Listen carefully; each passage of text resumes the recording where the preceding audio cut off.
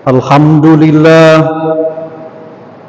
alhamdulillahilladzi arsala rasulahu bil huda wa dinil haqq liyuzhirahu 'ala ad-dini kullih wa kafa billahi shahida.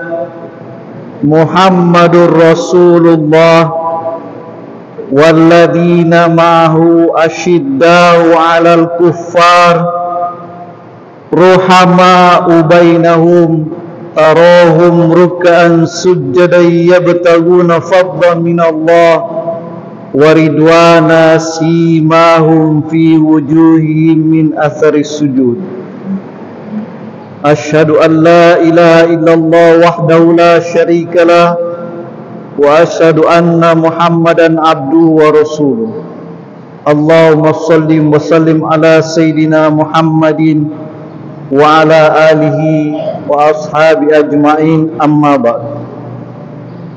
Faya ibadallah, usikum wa iyaya bittaqwallah, faqad fazal muttaqun. Wa qala ta'ala fil Qur'anil Karim, a'udzu billahi minasy syaithanir rajim. Bismillahirrahmanirrahim.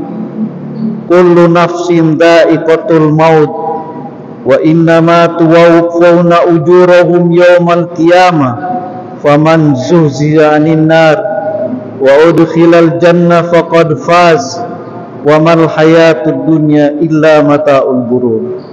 Shadaqallahul azim. Ma'asyiral muslimin, jumratus shalihin wa jumratul muwahhidin rahimakumullah.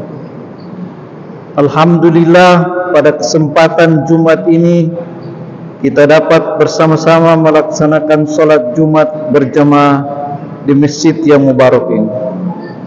Salawat dan salam kepada junjungan kita Nabi besar Muhammad sallallahu alaihi wasallam, kepada para sahabatnya, dan insyaallah rahmatnya tercurah kepada kita.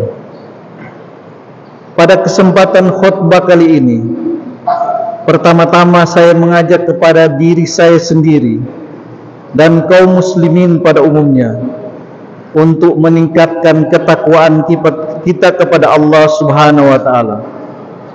Karena hanya dengan takwalah bekal yang menghadapnya nanti. Fa inna khairuz zadi taqwa. Dan jangan ragukan janji Allah bahwa Ia hanya melihat seseorang dari tingkat ketaatan dan ketakwaan, bukan dari sisi yang lainnya. Ma'asyiral muslimin rahimakumullah. Dalam khutbah kali ini saya hendak mengisahkan sebuah kisah diskusi antara Imam Al-Ghazali radhiyallahu an dengan muridnya.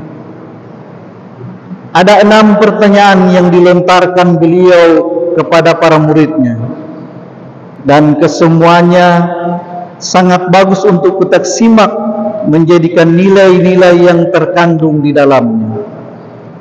Suatu ketika Imam Ghazali radhiyallahu an berkumpul dengan murid-muridnya. Lalu Imam Al-Ghazali bertanya, "Wahai murid-muridku, coba kalian jawab, apa yang paling dekat dengan diri kita dari dunia ini?" Murid-murid serentak menjawab, "Orang tua, kawan, dan sahabat." Imam Al-Ghazali menjelaskan, semua jawaban itu benar, tetapi yang paling dekat dengan kita adalah kematian. Kullu nafsin dha'iqatul maut wa innama tuwaffawna ujurakum yawmal qiyamah faman zuhziya 'anil nar wa udkhilal jannah faqad faz wa mal hayatud dunya illa mata'ul ghurur. Setiap yang bernyawa akan merasakan mati, dan sesungguhnya pada hari kiamat kamu disempurnakan pahalamu. Barang siapa yang dijauhkan dari neraka akan dimasukkan dalam surga, maka sungguh ia sangat beruntung. Karena kehidupan dunia ini tidak lain hanyalah kesenangan dan memperdayakan manusia. Kematian adalah sesuatu yang tiada seorang pun tahu kapan ia akan datang.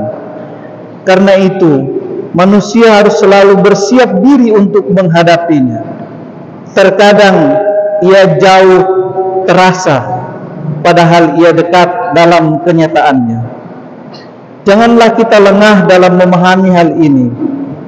Jangan sekali kita merasa jauh dari proses kematian, karena itu membuat kita besar hati. Justru kerahasiaannya harus kita maknai bahwa kematian bisa terjadi kapan saja dan di mana saja tanpa ada peringatan dari Allah Subhanahu wa taala. Inilah yang hendak disampaikan oleh Imam Al-Ghazali kepada murid-muridnya. Lalu Imam Al-Ghazali meneruskan pertanyaan yang kedua. Apa yang paling jauh dari bumi ini? Murid-muridnya menjawab, bulan, matahari, bintang, dan lain-lain. Lalu Imam Al-Ghazali menegaskan bahwa semua jawaban yang mereka berikan itu benar, tetapi yang paling benar adalah masa lalu. Walau dengan cara sekali apapun, kita tidak akan kembali ke masa lalu. Oleh sebab itu, kita harus menjaga hari-hari ini dan hari-hari yang akan datang dengan perbuatan yang sesuai dengan ajaran agama. Ini tepat dengan sebuah hadis yang menganjurkan bahwa kehidupan kita hari ini jauh lebih baik dari hari kemarin, dan hari esok harus lebih baik daripada hari ini. Jika dipikir lebih mendalam, maka yang perlu diperhatikan adalah waktu. Waktu tidak akan datang berulang kedua kalinya. Sekali kita bertindak kesalahan, kita tidak akan bisa merevisinya kembali. Paling banter, kita hanya bisa bertobat dan mengharapkan pengampunan kepada Allah Subhanahu wa taala.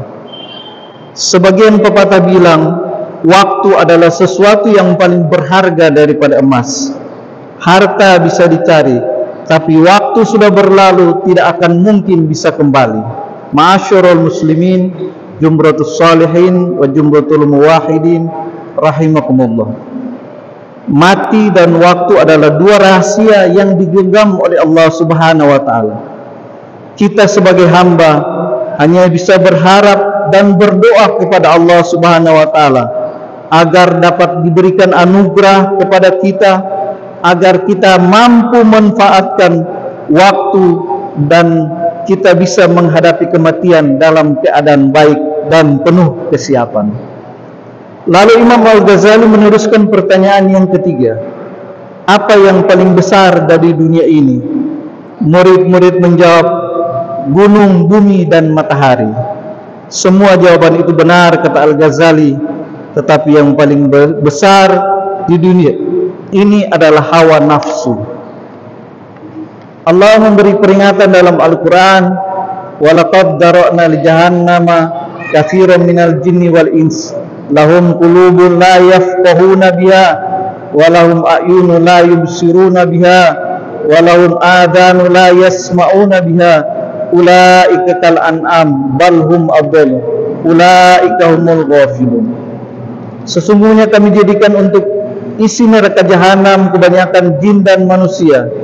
Mereka mempunyai hati tapi tidak dipergunakan untuk memahami ayat-ayat Allah, dan mereka mempunyai mata tapi tidak dipergunakan untuk melihat tanda-tanda kebesaran Allah, dan mereka mempunyai telinga tapi tidak dipergunakan untuk mendengarkan ayat-ayat Allah. Mereka itulah binatang ternak, bahkan mereka itu lebih sesat lagi. Mereka itulah orang-orang yang lalai. Nafsu adalah hal penentu pada diri manusia. Ingin bahagia yang hakiki, kendalikan nafsumu. Ingin celaka selamanya, turuti nafsumu. Mengendalikan nafsu adalah kunci dalam hidup ini. Itulah pesan tersembunyi dari Imam Al-Ghazali, bahwa nafsu adalah yang paling besar, hal yang paling menentukan. Kemudian Imam Al-Ghazali meneruskan pada pertanyaan keempat, apa yang paling berat di dunia ini? Murid-murid menjawab, besi, gajah. Semua jawaban itu benar, kata Imam Al-Ghazali, tapi yang paling berat adalah memegang amanah. Allah memberi peringatan kepada manusia, inna aradnal amanata 'alas samawati wal ard wal jibal fa abaina ayyahmilnaha wa ashfaqna minha wa hamalnal insan innahu kana zaluman jahul. Sesungguhnya kami telah mengemukakan aman kepada langit dan bumi dan gunung-gunung, maka semuanya enggan untuk memikul amanah itu, dan mereka khawatir akan mengkhianatinya. Dan pikulah amanat itu oleh manusia, sesungguhnya manusia itu amat zalim dan amat bodoh. Tumbuh-tumbuhan dan binatang, gunung, malaikat semua tidak mampu ketika Allah meminta untuk menjadi khalifah di muka bumi ini. Tetapi manusia dengan sombong dan menyanggapi permintaan Allah Subhanahu wa taala, sehingga banyak dari manusia masuk ke dalam neraka karena ia dapat memegang amanah, apalagi amanah itu untuk kepentingan orang banyak. Ma'asyiral muslimin rahimakumullah. Pertanyaan Imam Al-Ghazali yang kelima adalah, apa yang paling ringan di bumi ini? Jawab para murid, angin, debu dan dedaunan. Semua itu benar kata Imam Al-Ghazali, tapi yang paling ringan di bumi ini adalah meninggalkan sholat.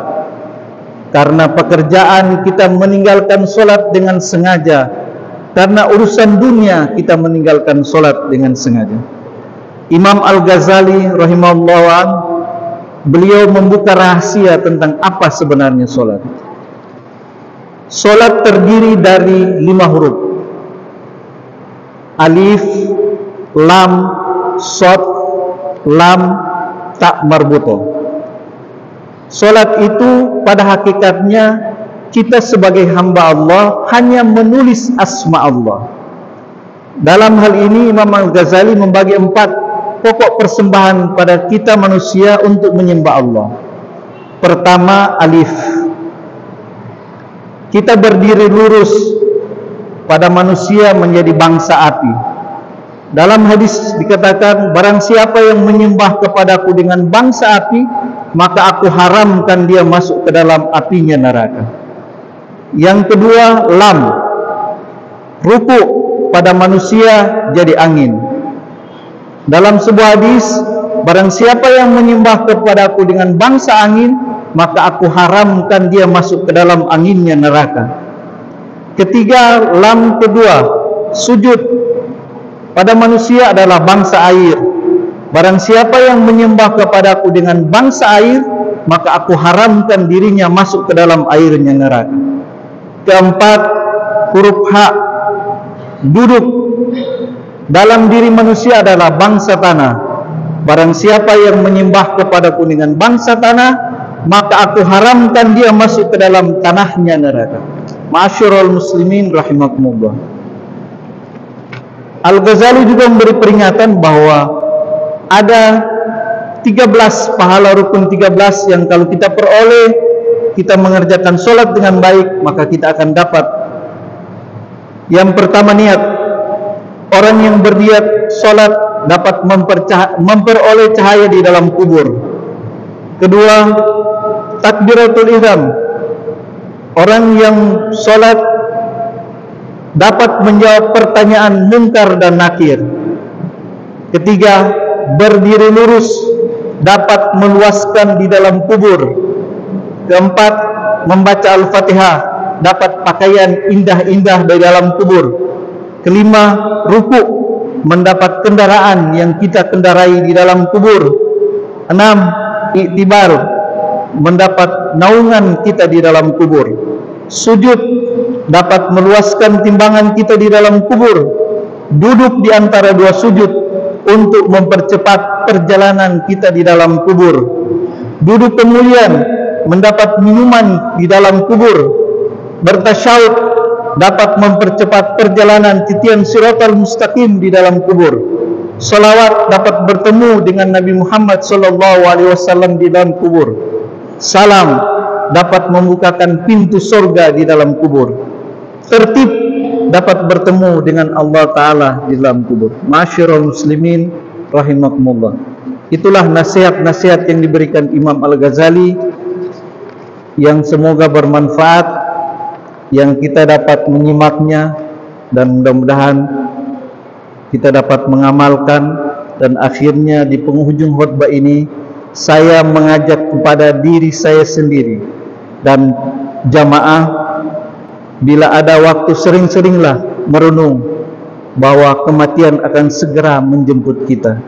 InsyaAllah diri kita akan termotivasi untuk mengendalikan nafsu, menjalankan solat, menjaga lidah dan memegang amanah. Barakallahu li wa lakum fil Qur'anil azim wa nafa'ni wa iyyakum ma fi minal ayati wa dzikril hakim wa taqabbal minni wa minkum innahu was-samiul alim.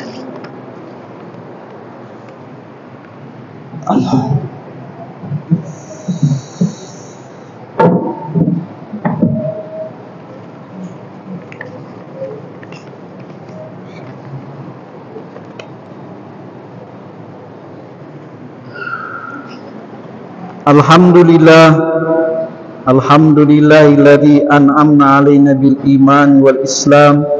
Asyhadu an la ilaha illallah wahdahu la syarikalah wa asyhadu anna Muhammadan abduhu wa rasuluh. Allahumma shalli wa sallim ala sayidina Muhammadin wa ala alihi wa ashabi ajma'in. Amma ba'd, fa ya ibadallah ittaqullaha haqqa tuqatih wa la tamutunna illa wa antum muslimun. Wa qala ta'ala ya ayyuhalladzina amanu idza nudiya lis-salati min yaumil jum'ati fas'au ila dzikrillahi wa dzarul bai' dzalikum khairul lakum in kuntum ta'lamun.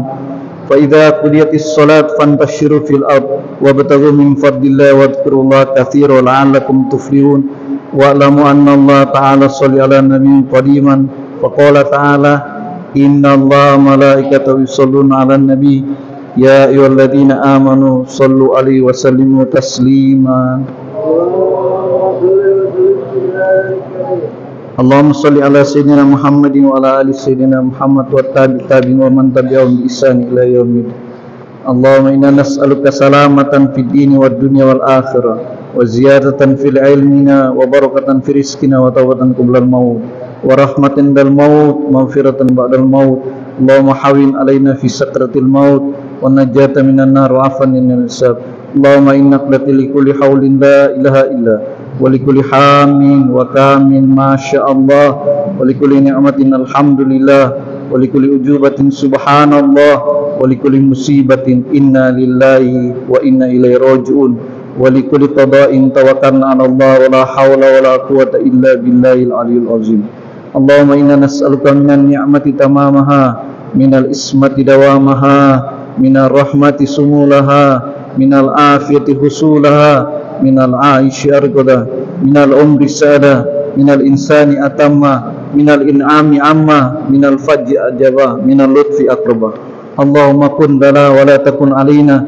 Allahumma ikhtim bisaadati ajalana wa haqiq bihayati amalana wa akrim bil afiyati guduwana wa asalana waj'al birahmatika masir wa malina wasbub sial afika ala dhunubina wa munna alaina bi islahi yubina waj'al taqwa zadana fi nikati hadana wa alika wa akundana wa atimadana.